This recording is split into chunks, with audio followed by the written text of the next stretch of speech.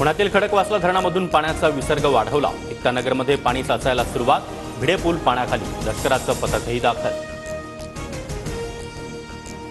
धोकादायक पूररेषेच्या आतील नागरिकांचं स्थलांतर करा।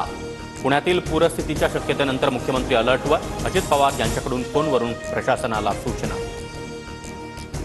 राज ठाकरे पुण्यातील एकतानगरमध्ये। मुख्यमंत्र्यांच्या भेटीनंतर एकतानगरमधील नागरिकांसोबत राज ठाकरेंचा संवाद।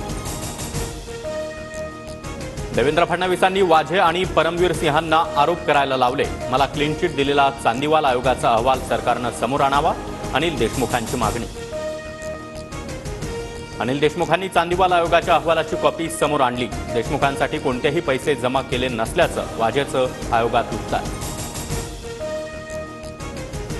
अनिल देशमुख नार्को टेस्ट करणार का? आरोप प्रत्यारोपाऐवजी देशमुखांनी चौकशीला सामोरं जावं, चंद्रशेखर बावनकुळेंचं आव्हान।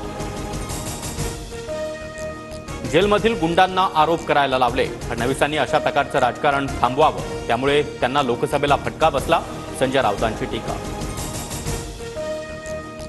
288 जागांसाठी आम्ही कागदपत्र तयार करून घेतोय, राखीव जागा देखील लढणार। 29 ऑगस्टला आमचा निर्णय, जरांगेंची माहिती। शिंदे आणि राज ठाकरेंच्या भेटीमध्ये देवाणघेवाणीची चर्चा झाली असेल, बंद दाराआड राज्याच्या हिताचे निर्णय घेतले नसतील हा इतिहास, संजय राऊतांची टीका।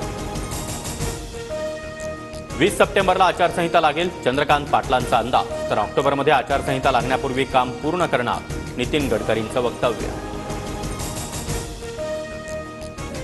उद्धव ठाकरेंच्या विचारांना वैचारिक कीड लागली आहे। आमच्याकडे वैचारिक कीड मारण्याचं बेगॉन स्प्रे। मुख्यमंत्री शिंदेंचा उद्धव ठाकरेंवर हल्लाबोल। शिंदे आणि त्यांच्या लोकांचा संबंध फक्त पैशांशी। मुख्यमंत्री शिंदे गुजरातच्या ठेकेदारांकडून 40% घेतात, एका अधिकाऱ्यानं सांगितलं, सामनातून आरोप। कुणबी मराठ्यांपासून सावध राहा, ओबीसी आरक्षणाला 100% धोका। आत्ताच्या सभागृहामध्ये 190 कुणबी मराठा तर फक्त 11 ओबीसी आमदार, प्रकाश आंबेडकरांचं वक्तव्य। अवेळी पावसामुळे शेती पिकांच्या नुकसानीपोटी बाधित शेतकऱ्यांसाठी 596 कोटींची मदत मिळणार, राज्य सरकारचा महत्त्वाचा निर्णय। नाशिकच्या सुरगाण्यामध्ये पावसामुळे नद्यांना पूर, अनेक गावांचा संपर्क तुटला। गुताघाट परिसरात देखील पूरसदृश्य स्थिती, रामकुंडावरील लहान मोठी मंदिरं देखील पाण्याखाली।